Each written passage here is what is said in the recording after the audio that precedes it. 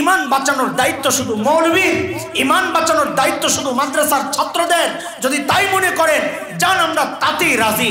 আমাদের ইমান বাঁচানোর জন্যে আমরা জীবনটাও দিতে প্রস্তুত, আমাদের ইমান বাঁচানোর জন্যে আমরা কল্লা দিতে প্রস্তুত। আমার সন্তান বিধবা হবে, আমাদের কোনো পরোয়া নাই। সন্তান এতিম হবে, কোনো পরোয়া নাই। আপনাদেরকে পাশে পাইলেও খুশি, না পাইলেও আফসোস নাই, অভিযোগ নাই, অনুযোগ নাই, কিচ্ছু নাই। বিচার হবে হাসরের মাঠে ইনশাআল্লাহ। দ্বীনের জন্য আমরা নিজেদেরকে কোরবানি করতে প্রস্তুত আছি।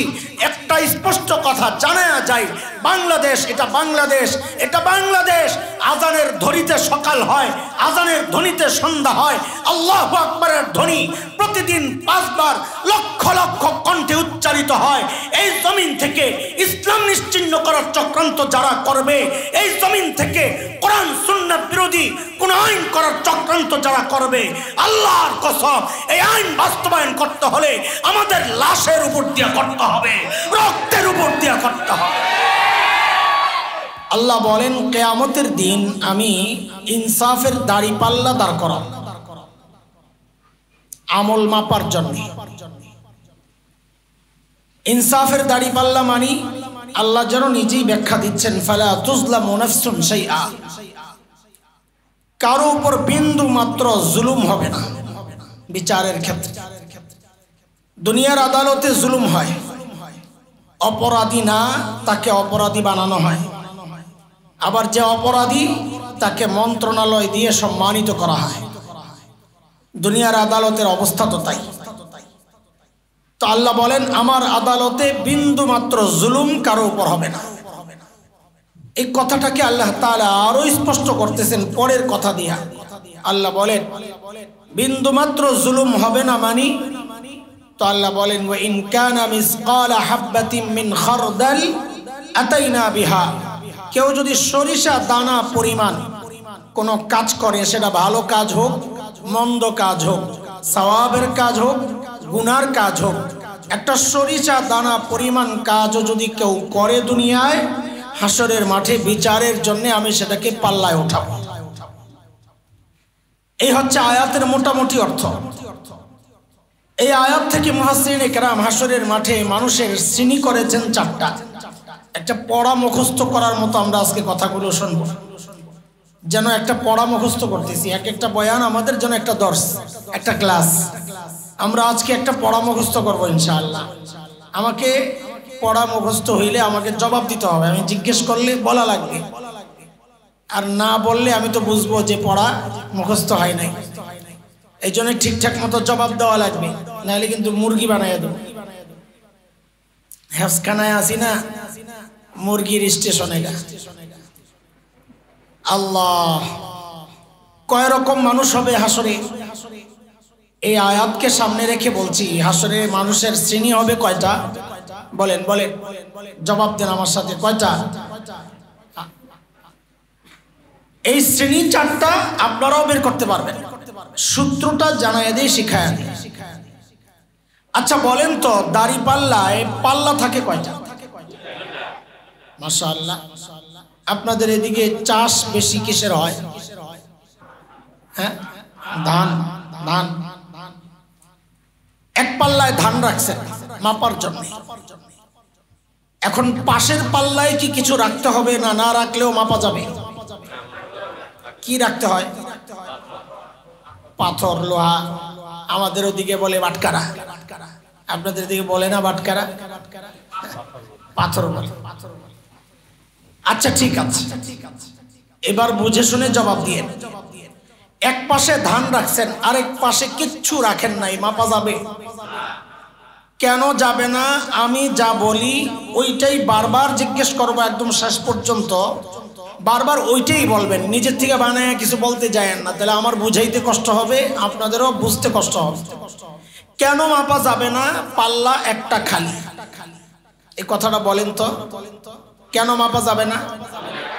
সবাই বলেন, আবার বলেন, আবার বলেন। এখন তো বলতেছেন না, পরে ভুল হলে কিন্তু খবর আছে। বলেন কেন মাপা যাবে না? আবারও জিজ্ঞেস করেন। এক পাল্লায় ধান রাখছেন, পাশের পাল্লা নাই কিচ্ছু, পাথর দেন নাই, মাপা যাবে? কেন যাবে না? এই যে আমি বললাম কি, আমার শারিন্দা বলে কি, খালি বললে সব আউলায়া যাবে। আমি তো শুধু খালি বলি নাই, পাল্লা একটা খালি, এই জন্য তো মুখস্থ করাইছি, পুরাটা বলা লাগবে না, এলে ঝামেলা হবে। বলেন কেন মাপা যাবে না? আবার বলেন। শেষবারের মতো ওয়ার্নিং দিলাম, এরপরে ভুলেইলে কিন্তু খবর আছে। আচ্ছা বলেন তো, ঠিক উল্টাই যদি এক পাল্লায় পাথর রাখছি, পাশের পাল্লায় ধান দেই নাই, মাপা যাবে? কেন যাবে না? এবার ঠিক আছে, এবার ভয় পাইছি, পাল্লা একটা। এবার বুঝেন হাসরের মাঠে মানুষের শ্রেণী চারটা কেন হবে। আল্লাহর আদালতে এমন কিছু মানুষ দাঁড়ায়া যাবে যাদের নেকির পাল্লায় নেকি তো আছে, কিন্তু গুনার পাল্লায় একটা গুনাও নাই। বলেন তাদের আমল মাপা যাবে? বলেন কেন? মাশাআল্লাহ, পাল্লা একটা। যেহেতু তাদের আমল মাপা যাবে না, এই মানুষগুলোকেই আল্লাহ তাআলা বিনা হিসাবে জান্নাত দিয়ে দিবেন। বলে বিনা হিসাব কেন? বলে হিসাব করার সিস্টেম নাই, কারণ কারণ ঠিক আছে। কয় শ্রেণী যেন হবে হাসরে? এক শ্রেণী পাইলাম যাদের পাল্লা একটা খালি, গুনার পাল্লা নেকির পাল্লায় নেকি আছে। তারা কারা? যাদের নেকির পাল্লায় নেকি আছে, গুনার পাল্লা খালি, যাদের ব্যাপারে আল্লাহর সিদ্ধান্ত তারা বিনা হিসাবে জান্নাতি, তারা কারা? আহলুস সুন্নাহ ওয়াল জামাতের আকীদা। এদেশের হক্কানি উলামায়ে কেরাম যে আকীদা লালন করেন, সেটা হচ্ছে তারা হচ্ছেন হযরতে আম্বিয়া আলাইহিমুস সালাতু ওয়াস সালাম। কারণ সমস্ত নবী, আমরা বিশ্বাস করি এটা, সমস্ত নবী মাসুম, নিষ্পাপ, কোন নবী জিন্দেগিতে কোনো গুনাহ করেন নাই। বলেন তো সমস্ত নবী কি নিষ্পাপ? বলেন কেন নবীরা নিষ্পাপ কেন? এর অনেক ব্যাখ্যা বিশ্লেষণ আছে, জবাব আছে, আমরা অত লম্বা আলোচনায় যাব না, হারায়া যাব। আমি একটা কারণ বলি, নবীরা কেন গুনাহ থেকে মুক্ত? এর অনেক কারণের মধ্যে একটা গুরুত্বপূর্ণ কারণ হচ্ছে, কারণ আল্লাহ নিজেই সমস্ত নবীকে গুনাহ থেকে বাঁচায় রাখছে। বলেন নবীরা গুনাহ থেকে মুক্ত কেন? আল্লাহ নিজেই বাঁচায়া দিছে। আবার প্রশ্ন আসবে, আল্লাহ নবীদেরকে কেন বাঁচাইলেন? এর জবাব হচ্ছে সূরা হজ এর শেষ দিকে একটা আয়াত আছে, আল্লাহ বলেন, আল্লাহু ইয়াসতাফি মিনাল মালাইকাতি রাসূলান ওয়া মিনান নাস। আল্লাহ বলেন সমস্ত রসুল, সে মানুষ হোক ফেরেশতা হোক, আমার নির্বাচিত। রসুল কার নির্বাচিত? কোন রাজা বাদশার নির্বাচন, কোন ভোটের নির্বাচন? রসুল, সমস্ত রসুল কার নির্বাচিত? নির্বাচন করেছেন কে? এখন কোন নবী যদি গুনাহ করেন, তাহলে আল্লাহর নির্বাচনটা প্রশ্নবিদ্ধ হয়ে যাবে যে আপনি কাদেরকে নবী বানায়া পাঠাইলেন আমাদেরকে গুনাহ থেকে বাঁচানোর জন্য? তারা নিজেরাই তো গুনাহ করে। আল্লাহর নির্বাচন যেন প্রশ্নবিদ্ধ না হয়, এই জন্য আল্লাহ সমস্ত নবীকে গুনাহমুক্ত রেখেছেন। তাহলে বলেন তো, যারা বিনা হিসাবে জান্নাতে যাবেন তারা কারা? সমস্ত নবী। বলেন কারা? তাদের ব্যাপারে ফয়সালা কি? বিনা হিসাবে। আজকে কথা অর্ধেক আপনাদের বলা লাগবে, তাহলে মুখস্থ হবে। আমি তো মুখস্থ করাইতে চাইতেছি আজকে। হ্যাঁ, আজকে অলস যারা, তারা চলে গেলে পারে। আজকে অলস বয়ান চলবে না, আজকে পড়ার সময় পড়া মুখস্থ করে তারপরে যাইতে হইব। তাইলে পাগড়ি দেবো, নাইলে পাগড়ি দেবো। পাগড়ি মানে নিয়তের পাগড়ি আর কি, দিয়ে দিলাম, আপনি করবেন নিয়ে নিলাম, এই পাগড়ি আর কি। বিনা হিসাবে জান্নাতে নবীরা যাবেন। কেন যাবেন? তাদের আমল মাপা যাবে না। এ বলেন তো কেন মাপা যাবে না? পাল্লা একটা খালি। শুধু নবীরাই বিনা হিসাবে জান্নাতে যাবেন না, আমাদের নবী আলাইহিস সালাম বলেছেন এই উম্মতের ৭০,০০০ বিনা হিসাবে জান্নাতে যাবে। সুবহানাল্লাহ পড়েই লাইলেন, পড়ছেন কি জন্য? খুব খুশি লাগতেছে কেন? ৭০,০০০ বিনা হিসাবে জান্নাতে গেলে আপনারা আমার কি লাভ? না আশায় বইয়া রয়েছেন যে ওই ৭০,০০০-এর মধ্যে আমিও থাকবো, হ্যাঁ ওই আশায় সুবহানাল্লাহ পড়ছেন। আল্লাহ কবুল করুক, কিন্তু এই আশা তো একটা অযৌক্তিক আশা।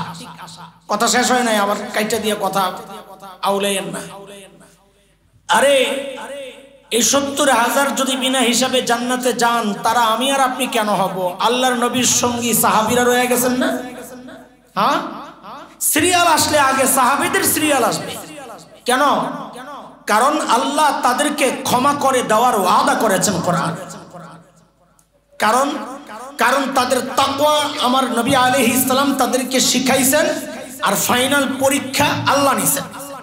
যিনি পড়ান ফাইনাল পরীক্ষা, বিশেষ করে যে সমস্ত পরীক্ষা পুরা দেশব্যাপী হয়, জাতীয় পরীক্ষা যেগুলো, বোর্ড পরীক্ষা যেগুলো, যিনি পড়ান তিনি নেন না আরেকজন নেন?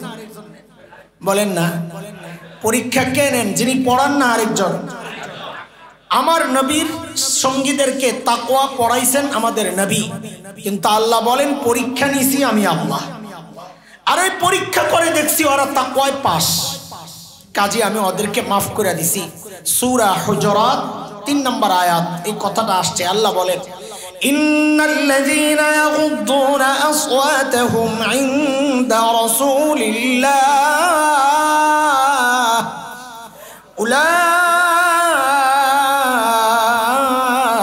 উলাইকাল্লাযীনা ইমতাহানাল্লাহু কুলুবাহুম লিত্তাকওয়া লাহুম মাগফিরাতুন ওয়া আজরুন আযীম।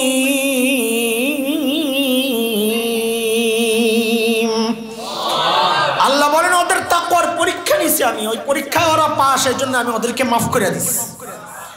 তো সাহাবী যদি ৭০,০০০ যায়, সাহাবী কত? মোট কত সাহাবী সংখ্যা কত বলেন তো? আজকে খবর আছে আপনাকে, খালি জিজ্ঞেস করবো আর এই চুপচাপ হয়ে যাইবেন, খালি না জবাব দেওয়া লাগবে। বলেন সাহাবীর সংখ্যা কত? ১৬ লক্ষ। হ্যাঁ মুন্সি হাসে গেট কত? কত সাহাবীর সংখ্যা কত জানেন না? ওই যে ১৬ লক্ষ বলছে, ধমক দিছি তো বাকিরা অথাই মা গেছে, বলে ওই লোক ধমক খাইছে তার মানে এটা না। সাহস করে বলেন কত? সাহস করে বলতে বলছি তো এই জন্য আবার বলছি। শুনেন,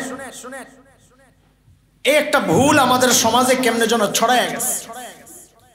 বুখারীতে আসছে ১৬ লক্ষ সাহাবী নবী আলাইহিস সালামের সাথে বিদায় হজে হজ করতে গেছেন।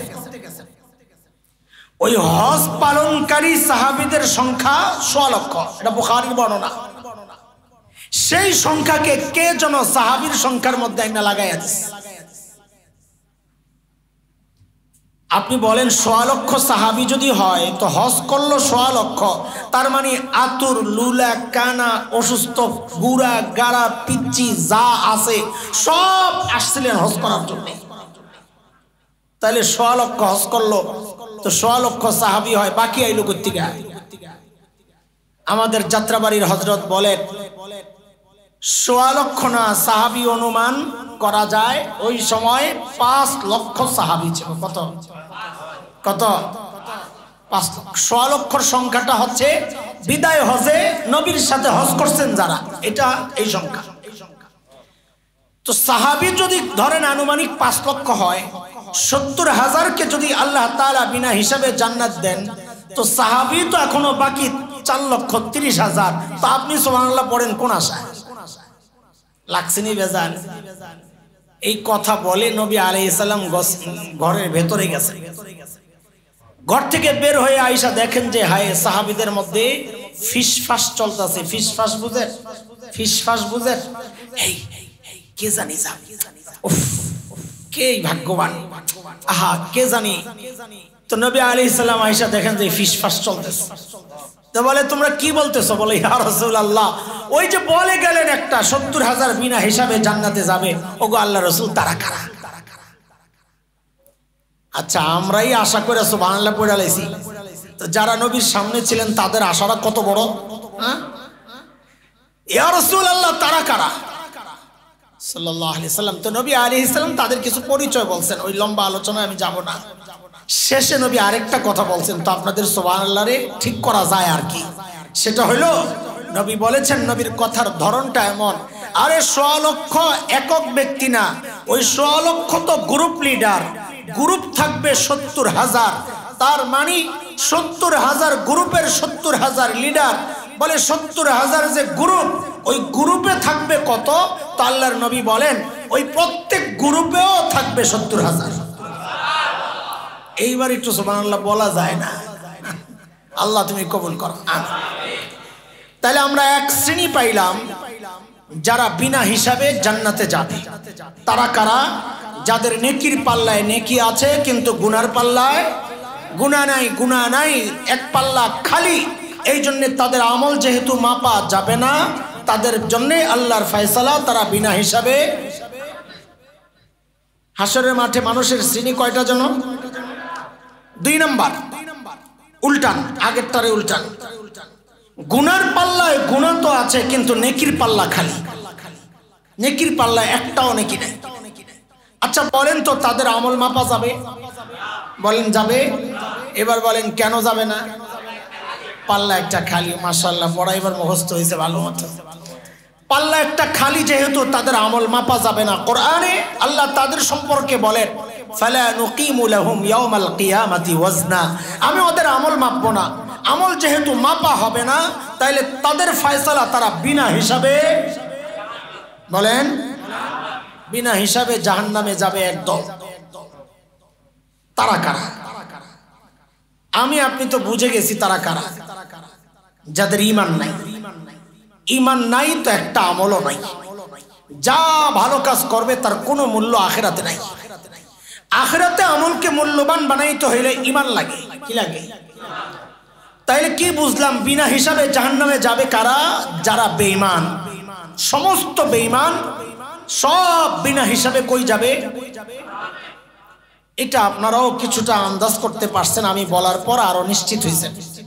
কিন্তু আমরা জানি না যেটা, একটু মনোযোগ লাগবে, আমরা জানি না যেটা, সেটা হচ্ছে এমন বহু মানুষ এই সমাজে বসবাস করে যারা মুসলমান, নাম তার, বাবা ছিল মুসলমান, তিনি হয়তো আমার মতো টুপিও পরেন, হয়তোবা দাড়িও আছে, হয়তোবা প্রতি রাতে ৮০ রাকাত তাহাজ্জুদও পড়ছে, হয়তো ঘুমের থেকে ওইটা জায়নামাজ তালাশ করছে, হয়তো হজ করছে, হয়তো তাবলীগে যায়, হয়তো পীরের কাছে যায়।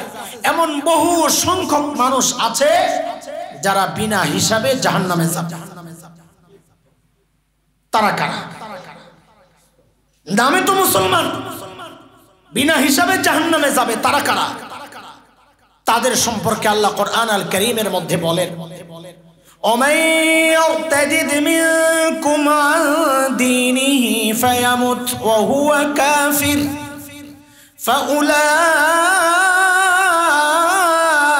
فأولئك حبطت أعمالهم في الدنيا والآخرة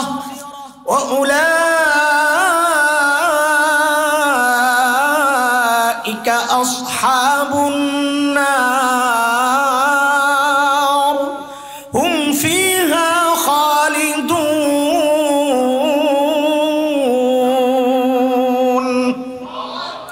আল্লাহ বলেন যারা মুরতাদ তারাও বিনা হিসাবে জাহান্নামে যাবে। নাউযুবিল্লাহ। আমি ধীরে ধীরে খুব কঠিন জায়গায় ঢুকে যাইতেছি, অনেক বেশি মনোযোগ দরকার। সময়ের এক জরুরি কথা আপনাদের সামনে একটু বলার জন্যই কথাটা অনেক পেছন থেকে উঠাইতেছি। মুরতাদ কারা? এটা এক বড় সমস্যা এই সমাজের। শেখ আবুল হাসান আলী নদভী রাহিমাহুল্লাহ, যিনি শুধু এই উপমহাদেশ না, গত শতাব্দীর গোটা দুনিয়ার অন্যতম শ্রেষ্ঠ আলেম, শেখ আবুল হাসান আলী নদভী রহমতুল্লাহ আলাইহি, হযরত এক বড় দামি কথা বলেছেন। হযরত বলেন, দেখেন মানুষ মুরতাদ, মুরতাদ বুঝেন যারা ইসলাম থেকে বের হয়ে গেছে। বলেন, অনেক ব্যাখ্যা, লম্বা ব্যাখ্যা, আমি আপনাদেরকে সহজে বলতেছি। মুরতাদ কারা? যারা, বলেন বলেন, মুরতাদ কারা? ইসলাম থেকে বের হয়ে গেছে। হযরত বলেন, দেখো মুরতাদ মানুষ সাহাবীদের যুগেও হয়েছে, এই যুগেও হচ্ছে। পার্থক্য কি? পার্থক্য হচ্ছে সাহাবীদের যুগে যারা মুরতাদ হইতো তারা নিজের, সাহাবীদের যুগে মুরতাদ হইছে, যেমন মিথ্যা নবুয়তের দাবি করছিল মুসাইলামাতুল কাজ্জাব, আসওয়াদে আনাসি, তাদের অনুসারী, তারা নিজেরা মুরতাদ। হযরত শেখ বলেন, সাহাবীদের যুগে যারা মুরতাদ হইছে তারা নিজেরাও জানতো আমি ইসলাম থেকে বের হয়ে গেছি। যেই সমাজে মুরতাদ হইছে ওই সমাজের মানুষও জানতো তারা ইসলাম থেকে বের হয়ে গেছে। কিন্তু দুর্ভাগ্যজনক হলেও চরম এক সত্য বাস্তব কথা, এই যুগেও মানুষ তার চেয়ে অনেক বেশি পরিমাণে মুরতাদ হচ্ছে। কিন্তু দুঃখের কথা হলো যারা মুরতাদ হচ্ছে তারা নিজেরাও জানেন আমি মুরতাদ হয়ে গেছি, আর যেই সমাজে মুরতাদ হচ্ছে ওই সমাজের মানুষও জানে না সে মুরতাদ হয়ে গেছে। যার কারণে সে মরলে তার জানাজা হয়, কুলখানি হয়, সে আবার হজ করে, তাহাজ্জুদও পড়ে, তাও 2-4 রাকাত, 8 রাকাত আর 12 রাকাত না। কত রাকাত? 80 রাকাত। সুবহানাল্লাহ। কত রাকাত? 80 রাকাতের তাহাজ্জুদ। সুবহানাল্লাহ। ভাইও, ইসলাম থেকে বের হওয়ার জন্য গোটা ইসলামকে অমান্য করা জরুরি না। ইসলাম থেকে বের হওয়ার জন্য ইসলামের একটা ছোট্ট আমলকে নিয়ে খালি অস্বীকার না, তাচ্ছিল্য করলেও সাথে সাথে ঈমান চলে যাবে। আপনি আজীবন দাড়ি রাখেন নাই, আপনি হারাম কাজ করেছেন, আল্লাহ চাইলে আপনাকে মাফ করে দিবেন, কিন্তু আপনি দাড়ি নিয়ে তাচ্ছিল্য করার সাথে সাথে আপনার ঈমান চলে যাবে। আপনি পর্দা করেন না, সারা জিন্দেগি করেন নাই, কবিরা গুনাহ করেছেন, আল্লাহ চাইলে মাফ করে দিবেন, কিন্তু আপনি পর্দার বিধান নিয়ে তাচ্ছিল্য করবেন, সাথে সাথে ঈমান চলে যাবে। আমার ঈমান দুর্বল, ব্যবস্থাপনার সমস্যা, সীমাবদ্ধতার কারণে ময়দানের জিহাদে আমি অংশগ্রহণ করতে পারছি না, এটা আমার দুর্বলতা, অসহায়তার কথা বলছি, সীমাবদ্ধতার কথা বলছি। কিন্তু কেউ যদি জিহাদকে সন্ত্রাস বলে, জিহাদকে সন্ত্রাস বলে, কারো কাছে জিহাদি বই পাওয়া গেলে তাকে গ্রেফতার করে অপরাধী হিসাবে, জিহাদি বই পাওয়ার কারণে কেউ যদি কাউকে গ্রেফতার করে তার মানে জিহাদকে সেই অপরাধ মনে করতেছে। আল্লাহর এই বিধানকে যারাই অপরাধ মনে করবে খোদার কসমে একটারও ঈমান থাকতে পারে না। বিষয় স্পষ্ট, আমি করতে পারি না, এটা আমার ব্যর্থতা, কিন্তু কেউ করলে, কেউ বললে, তাকে তাচ্ছিল্য করলে তার ঈমান যাবে না। বর্তমান সময়ে নারী অধিকারের নামে এই সমাজের কিছু নষ্ট মানুষ, এদেরকে নষ্ট বললেও এরা আবার মাইন্ড করে।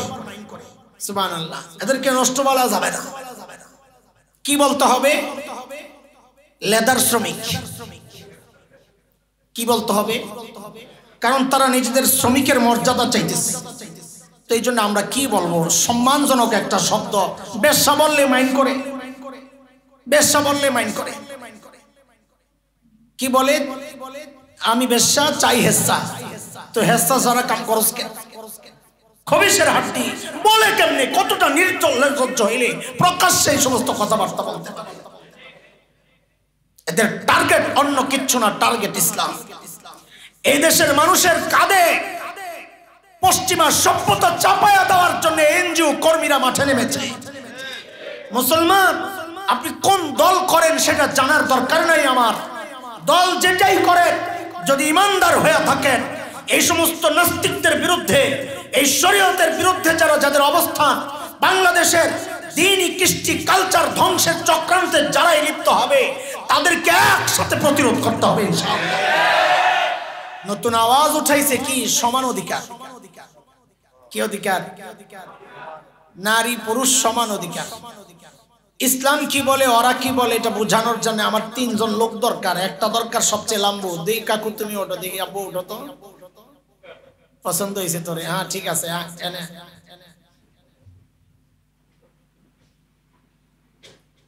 আর কারে লোমো এর দাঁড়াবে এটা বসে বসে তোদের বসার লিগে আমি উঠাইছি নাকি আবার জায়গায় যাবি কে তুমি আসো জলদি দেরি কর তুমি আসো চাপো ভালো করে চাপো ওর ওই চিপা দিয়ে দাঁড় করো ইসলাম কি বলে ওরা কি বলে একটু খেয়াল করে তিনটার সাইজ সমান এখন ওদের সামনে একটা দেয়াল আছে দেয়ালটা আমার এই লম্বা বাবার এই বরাবর নাক বরাবর চোখ দেয়ালের উপরে কথার কথা আপনাদেরকে বোঝানোর জন্য বলছি দেয়ালের ওই পাশের মাঠে ক্রিকেট খেলা চলতেছে কথার কথা আপনারা এটা ভালো বুঝবেন এই জন্য বলতেছি আর এখন তিনজনের খেলা দেখা দরকার ওদের সামনে তিনটা ইট পড়ে আছে এই লোক তো ইট ছাড়াই দেখতে পারে পাশেরটার একটা ইট হইলে সে দেখতে পারে তার এই বরাবর দেয়াল এর পরেরটার বরাবর এই জায়গায় দেয়াল এখন ইট ছাড়াই ওই পাশটা দেখতে পারে সামনে ইট আছে তিনটা ইট আছে আচ্ছা আপনি যদি এই তিন বাচ্চার বাবা হন তা আপনি এরে ইট ছাড়াও দেখতে পারে ওরে একটা ইট দিলেও দেখতে পারে ওরে দুইটা ইট দিলেও দেখতে পারে আপনি যদি এদের বাবা হইতেন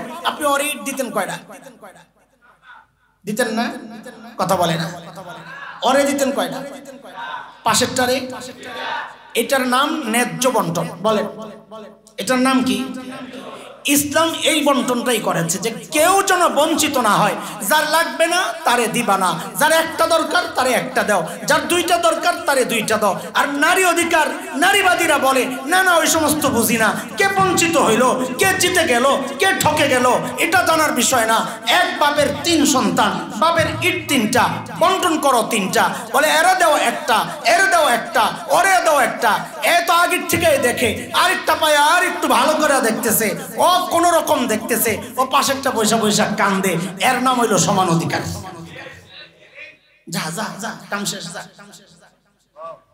আমি কি কথা বুঝাইতে পারছি সমান অধিকার কাকে বলে ন্যায্য বন্টন কাকে বলে বুঝতে পারছেন আপনারা আচ্ছা না বুঝলে আরেকটা এক বাবার এক ছেলে এক মেয়ে যাবে নানার বাড়ি কোথায় এমন সে কথা কও কোথায় এখন বলে আপু কিছু টাকা পয়সা দাও নানার বাড়ি যাবো তো বাবা মেয়েরে দিছে 50 টাকা কত ছেলেরে দিছে 100 টাকা কত ছেলেকে 100 দিয়েই বাবা বলতেছে আবু যাওয়ার ভাড়াটা তুমি দিও আসার ভাড়াটা তুমি দিও যাইতে লাগছে 50 টাকা আবার আসতে লাগছে 50 টাকা ব্যালেন্স আছে কত ওর আছে কত মেয়ের আছে কত নারীবাদীদের অবস্থাটা বোঝে যেই না বাবা ওকে দিছে 50 ওকে দিছে 100 আর মিছিল বাড়ি করা শুরু করছে ন্যায্য হিস্সা চাই সমান অধিকার চাই বলে কি সমস্যা বলে ওরে কেন 50 দিলা ওরে কেন 100 দিলা আরে গাদার গাদা পরেরটা শুনবি না বাবা যে বললো বাবা যাওয়ার ভাড়া তুমি দিবা আসার ভাড়া তুমি দিবা ও খরচ কইরা ওর ব্যালেন্স শিট শূন্য ওর কাছে কিচ্ছু নাই আরে বৈষম্যের শিকার তো মেয়ে হয় নাই আসলে হিসাব করলে তো দেখা যায় বৈষম্যের শিকার হয়েছে ছেলে ঠিক কিনা কথা এখন ওই বলে কি খরচও তুমি চালাইবা দিবা 75 এটা কেমন কথা সমান অধিকার যদি হয় বিয়ে করে কয়জনে একজনে না দুইজনে ছেলে করে মেয়ে করে না আরে বিয়ে কি একজনের না দুইজনের পক্ষ থেকে হয় তো মোহর ছেলে কেন একা দিবে বউ মোহর দেওয়া লাগবে সমান অধিকার 5 লাখ ছেলের মোহর 5 লাখ মেয়ের মোহর খাওয়া বালা করে 1 বছর বাচ্চা দিব মেয়ে আর 1 বছর বাচ্চা দিব ছেলে সমান অধিকার 1 বছরের খরচ চালাইবো ছেলে আর 1 বছরের খরচ চালাইবো মেয়ে সমান অধিকার আর বলেন না কথাবার্তা সমান তো সব জায়গায় সমান করা লাগবে খালি বাবার রেখে যাওয়া সম্পদে সমান কেন এটা মানি না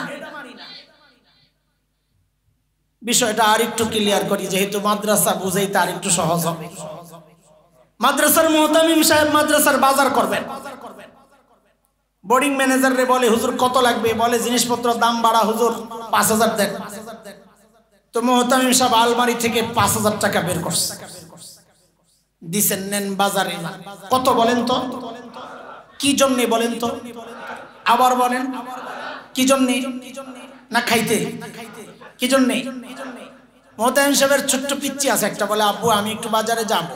যাও। তো কেমন জানি একটু মুড়ামুড়ি করে। বাবা মা সন্তানের স্বভাব সবচাইতে ভালো জানেন। হুজুর বুঝে গেছেন ও কেন মোড়াচ্ছে। পকেট থেকে কচকচে একটা 100 টাকার নোট বাইর করে ওরে দিছে, নে মজা খাইস।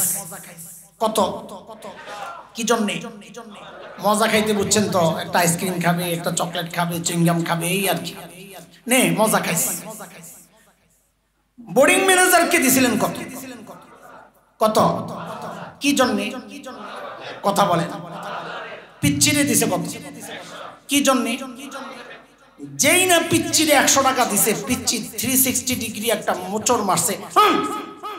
কি হয়েছে? 100 টাকা। আরে কি হয়েছে বলবে। আশ্চর্য, কি হয়েছে বলবি তো। না আমার 100 টাকা লাগবে, নিব না। কেন কত লাগবে? বলে আমারে 5000 দিতে হবে। কত? আরে 5000 কেন? হুজুরে দিছ তো, হুজুর তো বাজারে যাবে, আমিও তো বাজারে যাব, সমান অধিকার। আচ্ছা বলেন তো আপনারা, এই দাবিটা যৌক্তিক না অযৌক্তিক? শিশুসুলভ পাগলামি না যুক্তির কথা এটা? এই পাগলামি সমান অধিকারের নামে ওরা আমাদেরকে গেলাতে চায় কেমনে এবার বুঝেন। আল্লাহ ধরেন এক বাবার এক ছেলে এক মেয়ে, শরীয়তের বিধান, সূরা নিসা 11 নম্বর আয়াত, ইউসিকুমুল্লাহু ফি আওলাদিকুম লিযযাকারি মিসলু হাযযিল উনসায়াইন। সহজ কথা, ছেলে পাবে 2 মেয়ে 1, ভাগ হবে কেমনে বলেন না? ছেলে 2, বলেন আল্লাহ ছেলেকে ভাগ দিছে কয়টা, মেয়েকে? খেয়াল করে, আল্লাহ ছেলেকে ভাগ দিছেন 2টা, মেয়েকে 1টা। তুমি সমান অধিকার চাচ্ছ যে, পরেরটা শোনালো। বলে পরের কথা কি? বলে পরের কথা হচ্ছে আল্লাহ ছেলেকে ভাগ 2টা দিলেও দায়িত্ব দিছেন 4টা। কয়টা বলেন? কয়টা? আল্লাহ মেয়েকে ভাগ দিছেন কয়টা? দায়িত্ব 0। আমি যেমনি বলি একটু বলতো বলাবেন, যাতে যাদের একটু সংশয় আছে ওখানে হিট করে আর সংশয় নিচে দিয়ে বের হয়ে যায়। বলেন তো ভাগ দিছে কয়টা? মেয়েকে ভাগ দিছেন কয়টা? দায়িত্ব আর একটু স্পিডে 0। ছেলেরে ভাগ দিছেন কয়টা? দায়িত্ব। মেয়েরে ভাগ দিছেন কয়টা? দায়িত্ব। কেমনে এবার বুঝে। আল্লাহ ছেলেকে ভাগ দিয়েছেন 2টা, দায়িত্ব 4টা। কেমনে? ও ছেলে, তুমি যদি স্বামী হও তো স্ত্রীর ভরণ পোষণের দায়িত্ব তোমার স্বামীর। ও ছেলে, তুমি যদি বাবা হও তো কন্যার ভরণ পোষণের দায়িত্ব তুমি বাবার। ও ছেলে, তুমি যদি সন্তান হও মায়ের ভরণ পোষণের দায়িত্ব তুমি সন্তানের। ও ছেলে, তুমি যদি বোন হও ভাইয়ের ভরণ পোষণের ভাই হও বোনের ভরণ পোষণের দায়িত্ব তুমি ভাইয়ের। তো ছেলেরে আল্লাহ ভাগ দিয়েছেন কয়টা? দায়িত্ব। মেয়েরে ভাগ দিয়েছেন কয়টা? দায়িত্ব 0। কেমনে? ও মেয়ে, তুমি যদি স্ত্রী হও তোমার ভরণ পোষণের দায়িত্ব তোমার স্বামীর। ও মেয়ে, তুমি যদি কন্যা হও তোমার ভরণ পোষণের দায়িত্ব তোমার বাবার। ও মেয়ে, তুমি যদি মা হও তোমার ভরণ পোষণের দায়িত্ব তোমার সন্তানের। ও মেয়ে, তুমি যদি বোন হও তোমার ভরণ পোষণের দায়িত্ব তোমার ভাইয়ের। দায়িত্ব নাই একটাও। ভাগ দিছেন কয়টা? বলে ছেলেকে ভাগ দিছেন কয়টা? দায়িত্ব। মেয়েকে ভাগ দিছেন কয়টা? দায়িত্ব। তো দায়িত্ব নাই, ভাগ কেন দিলেন? বলে মজা খাইতে। ওই যে বাজারের পিচ্চি মনে আছে তো, কি জন্যে বলেন না? কি জন্যে? এখন মজা খাওয়া গ্রুপ যদি বলে আমাকে বাজার করাওয়ালার মতো সমান সমান দিতে হবে, তাইলে তো ওই যে হুজুরের পিচ্চির মতো হইল। বোর্ডিং ম্যানেজারে দিয়েছেন 5000, আমারও দিতে হবে 5000। বলে কেন? বলে সমান অধিকার। বলেন এই দাবিগুলো সমান অধিকারের দাবি না বৈষম্যের দাবি, জুলুমের দাবি, অযৌক্তিক আর পাগলামির দাবি? কথা বলে। এই পাগলামিগুলোর জন্য ওরা রাস্তায় নামছে। আর আপনাদেরকে ডাক দিলে আপনারা বলেন জান হুজুর, আপনারা কাম কাজ নাই তো আর কি করবেন। আমাদের বড় কষ্টের কথা এগুলা। ইমান বিধ্বংসী এই সমস্ত অত্যাচারের বিরুদ্ধে, এই চক্রান্তের বিরুদ্ধে হেফাজতে ইসলাম বাংলাদেশ গর্জে উঠলো। সারা দেশ থেকে উলেমায়ে কেরাম, মাদ্রাসার ছাত্ররা যোগ দিল। আমরা অবাক বিস্ময়ে দেখেছি আপনাদের সংখ্যা ছিল একেবারেই কম, সাধারণদের সংখ্যা ছিল একেবারেই কম। কেন রে ভাই? ইমান বাঁচানোর দায়িত্ব শুধু মৌলবীর, ইমান বাঁচানোর দায়িত্ব শুধু মাদ্রাসার ছাত্রদের। যদি তাই মনে করেন যান, আমরা তাতেই রাজি। আমাদের ইমান বাঁচানোর জন্যে আমরা জীবনটাও দিতে প্রস্তুত, আমাদের ইমান বাঁচানোর জন্যে আমরা কল্লা দিতে প্রস্তুত। আমার সন্তান বিধবা হবে, আমাদের কোনো পরোয়া নাই। সন্তান এতিম হবে, কোনো পরোয়া নাই। আপনাদেরকে পাশে পাইলেও খুশি, না পাইলেও আফসোস নাই, অভিযোগ নাই, অনুযোগ নাই, কিচ্ছু নাই। বিচার হবে হাসরের মাঠে ইনশাআল্লাহ। দ্বীনের জন্য আমরা নিজেদেরকে কোরবানি করতে প্রস্তুত আছি। একটা স্পষ্ট কথা জানা যায়, বাংলাদেশ এটা বাংলাদেশ, এটা বাংলাদেশ। আজানের ধ্বনিতে সকাল হয়, আজানের ধ্বনিতে সন্ধ্যা হয়। আল্লাহু আকবারের ধ্বনি প্রতিদিন 5 বার লক্ষ লক্ষ কণ্ঠে উচ্চারিত হয়। এই জমিন থেকে ইসলাম নিশ্চিহ্ন করার চক্রান্ত যারা করবে, এই জমিন থেকে কোরআন সুন্নাহ বিরোধী কোন আইন করার চক্রান্ত যারা করবে, আল্লাহর কসম এই আইন বাস্তবায়ন করতে হলে আমাদের লাশের উপর দিয়ে করতে হবে, রক্তের উপর দিয়ে করতে হবে। পাশে পাবো তো ইনশাআল্লাহ? বলেন এইবার পাশে থাকবেন তো ইনশাআল্লাহ? এটা মৌলবীর কোনো স্বার্থের ব্যাপার না, এটা দেশের স্বাধীনতা সার্বভৌমত্ব রক্ষার ব্যাপার। কারণ পশ্চিমাদের কৃষ্টি কালচার যদি এদেশে প্রতিষ্ঠিত হয়, এদেশের স্বাধীনতা থাকবে না। আমেরিকানরা চলে আসবে ঘাঁটি করার জন্য, মানবিক করিডোরের নামে এদেশকে ফিলিস্তিন বানানোর চক্রান্ত হবে। বাংলাদেশের পোর্টগুলোকে আমেরিকানরা দখল করবে। আপনি চাইলেও যা ইচ্ছা তা করতে পারবেন না। আমি নিজ চোখে দেখেছি আরব কান্ট্রি আবুধাবির লম্বা এক বিশাল এরিয়ায় যেখানে আজান দেওয়া নিষিদ্ধ, আজান দেওয়া নিষিদ্ধ। আপনি ঘুমান ভালো করে না, সব জায়গায় মিনমিন করা চলে না, সব জায়গায় আপোষ চলে না, সব জায়গায় চুপ থাকা চলে না। এটা দ্বীনের ব্যাপার। আমার দলের বিরুদ্ধে গেল না, নেতার বিরুদ্ধে গেল না, আমার পছন্দের ব্যক্তির বিরুদ্ধে গেল, এটা মুসলমান দেখবে না। মুসলমান দেখবে শরীয়তের বিরুদ্ধে গেল কিনা। কথা ঠিক আছে ইনশাআল্লাহ? কয় গ্রুপ গেল বলেন? আমার আলোচনার মূল পয়েন্ট এটা না, আলোচনা গেছে গে বহুদূর। চলেন আবার জায়গায় ফেরত আসি। হাসরের মাঠে মানুষের শ্রেণী হবে কয়টা? 1 নম্বর যারা বিনা হিসাবে জান্নাতি, মনে আছে তো? তারা কারা? যাদের নেকির পাল্লায় নেকি আছে, গুনার পাল্লা। 2 নম্বর যাদের গুনার পাল্লায় গুনাহ আছে, নেকির পাল্লা। 2 গ্রুপ বাদ। আর রয়েছে কয় গ্রুপ? মনে রাখেন ওই 2 গ্রুপ মুসলমান। তারা কারা? যাদের নেকির পাল্লায় নেকিও আছে, গুনার পাল্লায় গুনাও আছে। ধরে নেন এই আমরা সাধারণরা, যেহেতু নেকির পাল্লায় নেকি আছে, বোঝা গেল তারা বেঈমান না। কারণ বেঈমানের নেকির পাল্লায় একটা নেকিও থাকবে না। তার মানে তারা কি? বুঝে না? তারা কি? মুসলমান। কম হোক বেশি হোক। এখন যদি কম হয় তো 1 গ্রুপ, যদি বেশি হয় আরেক গ্রুপ। তো কয় গ্রুপ হইল? কয় গ্রুপ হইল? কয় 2 গ্রুপ। আগের কয় গ্রুপ? মোট কয় গ্রুপ? আরে টোটাল কয় গ্রুপ? এখন যদি নেকির পাল্লায় নেকি ভারী হয়, বেশি না, কোরআনের শব্দ বেশি না, ভারী হয়, তো কি হবে? সূরা আল কারিয়াহ। এই 2 গ্রুপের ফয়সালা আল্লাহ দিয়ে দিয়েছেন সূরাতুল কারিয়াহ। আল্লাহ বলেন, فأما من ثقلت موازينه فهو في عيشة راضية وأما من خفت موازينه فأمه هاوية।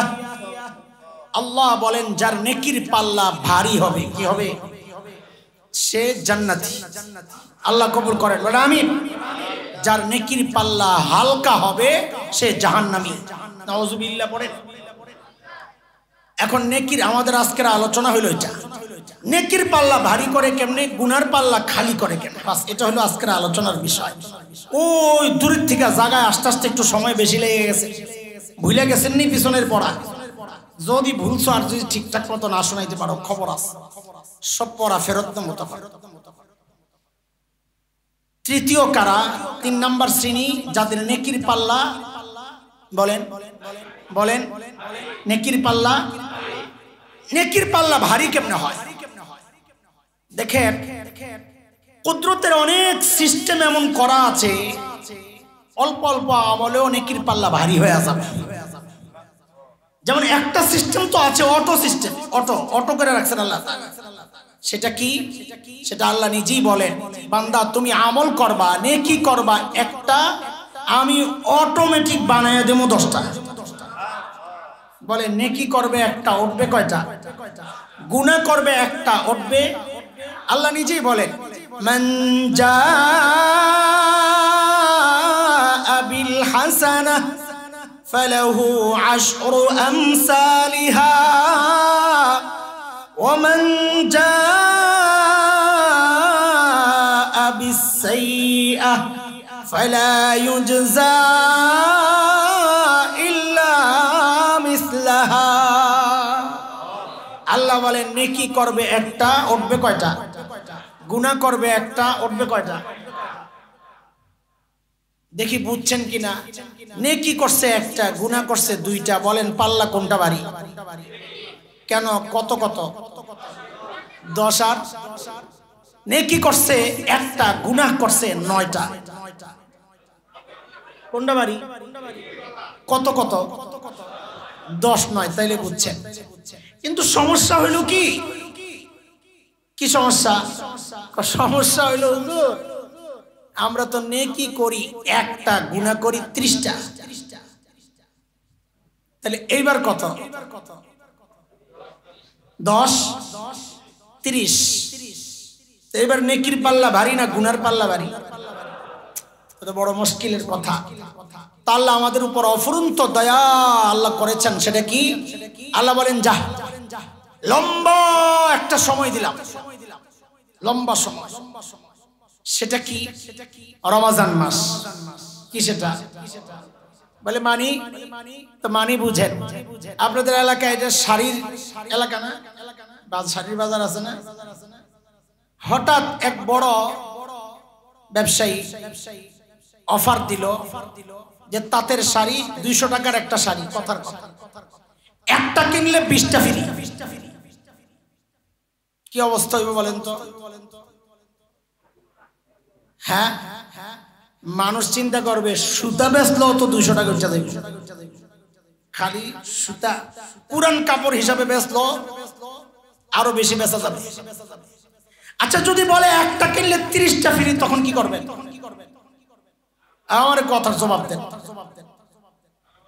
মারামারি শুরু, এটাই শুনতে চাইছিলাম।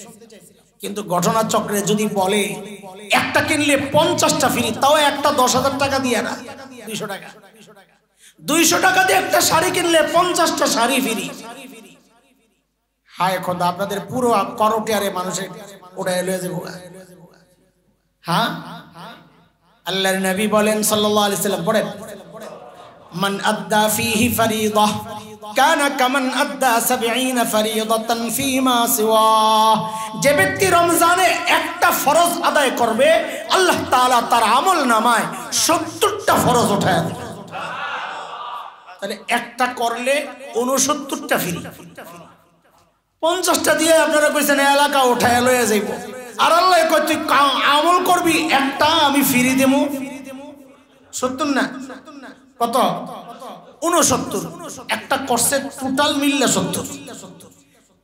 আচ্ছা ধরেন আপনাদের এলাকায় একটা দোকান আছে, রূপার দোকান। কিসের দোকান? এ কথা বলেন। কিন্তু এই দোকানের একটা অনন্য বৈশিষ্ট্য আছে। কি সেই বৈশিষ্ট্য? এই দোকান থেকে রূপা কিনে ঘরে গেলে খুললেই দেখা যায় সোনা। কি একটা অবস্থা! কিনছে রূপা, বাড়িতে যায় দেখে, হ্যাঁ, এখন অবস্থা হবে কি বলেন তো? ওই দোকানের মাটি শুদ্ধা মানুষে উঠায় নিয়ে যাইব, যে ঘরে নিলে যদি রূপাও হয় তাও লস। কি ঠিক কিনা? নবী আলাইহিস সালাম বলেন, আরে রমজান মাস ওই দোকান যেখানে তুমি করবা নফল, আল্লাহ উঠায়া দিবেন ফরজের সওয়াব। বান্দা খবর কি? আল্লাহ রমজান শেষ, পাল্লা ভারী করতে পারি নাই, তা আল্লাহ বলেন যা, তোরে একটা রাত দিয়া দিলাম, তুই আমল করবি এক রাত, আমি আমল নামায় উঠায়া দিব 1000 মাসের চেয়েও বেশি সওয়াব। কত? 1000 মাস না, 1000 মাসের চেয়েও কত? কত একটা সংখ্যা আপনারা বলেন মাঝে মাঝে। বেজাল লেগে গেছে। ওদিকে 83 বছর 4 মাস, আর আপনি কইলেন 84 বছর 3 মাস।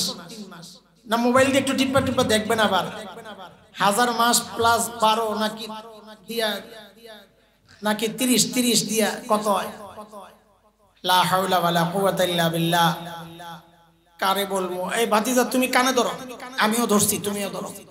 বলো জিন্দেগিতে এই হিসাব আর করব না। জোরে বলো না। মাশাআল্লাহ, দেখছেন ও দাঁড়ায় গেছে, দাঁড়াইতে কই নাই। সাবাস বেটা, কও জোরে কও। আমিও বলতেছি জিন্দেগিতে এই হিসাব আর বসো। মাশাআল্লাহ। এখন দললে লাভ নাই, ওই সময় দললে মাশাআল্লাহ বলতাম। কারণ কি? কারণ হিসাব করছি তো ঠকছি। বলেন এবার বলেন, হিসাব করছি তো কেন? আপনি তো হিসাব করছেন 1000 মাসের, আল্লাহ তো 1000 মাস বলেন নাই। আল্লাহ বলছেন 1000 মাসের চেয়েও বেশি। কত? এটা একটা নিয়ম বুঝানো। বেশি একটা আপেক্ষিক শব্দ, এটা ব্যক্তি হিসাবে বেশি নির্ণয় হয়। ধরেন আপনার এলাকার এক ভিক্ষুক আপনাকে বলল, এই কালকে দেখা করো, তোমারে অনেক কিছু দিব। আপনি মনে মনে হাসবেন, নিজে ভিক্ষা করে খায়, আবার আমারে অনেক কিছু দিব। এই কথাটাই যদি বর্তমান দুনিয়ার সবচাইতে বড় টাকাওয়ালা কে? হ্যাঁ, সবচেয়ে বড় ধনী কে? Elon Musk. বলাবেন সব খবর রাখে, digital Elon Musk. Elon Musk যদি বলে কালকে দেখা করো, তোমারে অনেক কিছু দেবো, আপনি কি করবেন? আপনি ব্যাটারে চিনেনই না। এই কথা যদি ডক্টর ইউনূসকে বলে, তো তার পুরা উপদেষ্টা মন্ডলীর যা আছে সব দিনে নিয়ে সারা রাত আর ঘুমাইব না, আল্লাহ জানে কি দিতেছে। আর এই খবর যদি মোদি কাকু জানে, ওই বেটার ঘুম হারাম হয়ে যাবে। হ্যাঁ, দেখেন কথা কিন্তু একটাই। ভিক্ষুক বলল, আপনি হাসলেন। আর ইলন মাস্ক বলল, এখন আপনার কাছে এটা অনেক বিশাল। কেন? ব্যক্তি বড়, তার অনেক কিছু। আল্লাহ বলেছেন 1000 মাসের চেয়েও বেশি। বলে বেশি কত? বলে আমার আল্লাহ বড় যত। বলেন তো এবার বেশি কত? বলেন বলেন, বেশি কত? আমার আল্লাহ বড় যত। আমি বলি কি, আল্লাহ বেশি কত দিলে খুশি? যদি আল্লাহ জিজ্ঞেস করে বেশি তোর কত লাগবে, তা আমি বলবো কি, আল্লাহ যত দিলে জান্নাতে ঢুকতে পারবো অত দিলেই চলবে, আমার খুব বেশি লাগবো না। আমার তো জান্নাতে ঢুকা দরকার, কারণ জান্নাতে ঢুকলে আপনারে দেখবো, আমার কিচ্ছু লাগবে না। জান্নাতে ঢুকলে আমি আমার নবীকে দেখবো। আরে জান্নাতে যাবোই তো নবীকে দেখার জন্য, আমার কিচ্ছু লাগছে না। সব বাদ দিয়া দেন, আমার খালি ঢুকাইয়া দেন। আমি শুধু আপনারে দেখতে চাই, আপনার হাবিবকে দেখতে চাই সাল্লাল্লাহু আলাইহি ওয়াসাল্লাম। আল্লাহ তুমি কবুল করো, আল্লাহ কবুল। দুনিয়ায় দেখার তো সুযোগ নাই, একটা সুযোগ আছে, যদি জান্নাতে যাই। যাকে না দেখাই তার মতো চলার চেষ্টা করি। আল্লাহ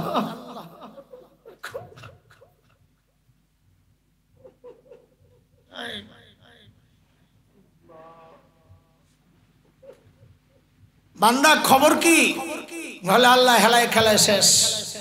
বলে যাও যাও শাওয়ালের 6 রোজা রাখো। বলে রাখলে? বলে আমি তোমার আমল নামায় সারা বছর রোজার সওয়াব দিয়ে দেবো। যাও। আল্লাহ হয় নাই কাম হয় নাই। বলে যাও যাও মক্কা মদিনায় চলে যাও হজ উমরায়। বলে কেন? বলে পাল্লা ভারী করো, মসজিদে হারামে যায়া নামাজ পড়ো। বলে পড়লে কি হবে? বলে নামাজ পড়বা তুমি 1 রাকাত, আমি তোমার আমল নামায় উঠায়া দিব 1 লক্ষ রাকাত। বলেন পড়বে 1 রাকাত, উঠবে কয় রাকাত? সেটা যদি রমজানে হয়, এই কথা বলো, হিসাব করো, রমজানে হইলে কত? হ্যাঁ হ্যাঁ বলেন না সাহস করে, কত? 70 লক্ষ। কত? রমজানে 1 রাকাত পড়লে উঠবে কয় রাকাত? 70 লক্ষ রাকাত। আল্লাহু আকবার।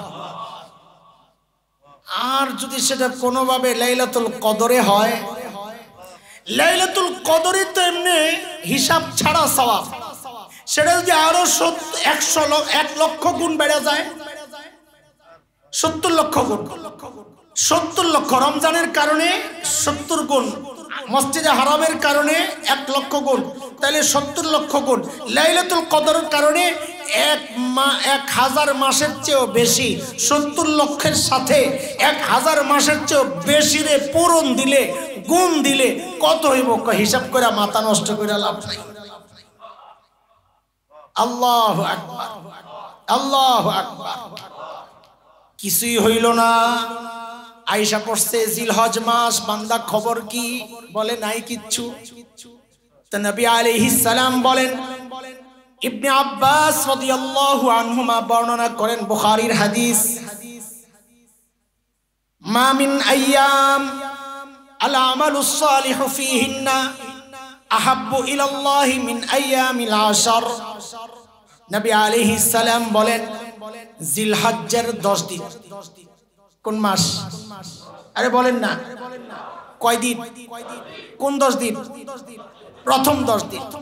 নবী আলাইহিস সালাম বলেন, জিলহজ্জের প্রথম 10 দিন, এই 10 দিনের আমল আল্লাহর কাছে এর চেয়ে প্রিয় আর সময় একটাও নাই। মাথায় রাখা লাগবে রমজান ছাড়া। বলেন, আল্লাহর কাছে সবচেয়ে প্রিয় মুহূর্ত হচ্ছে রমজান, লম্বা সময়। নবী বলেন, রমজানের পর সবচেয়ে দামি সময় হচ্ছে জিলহজ্জের প্রথম 10 দিন।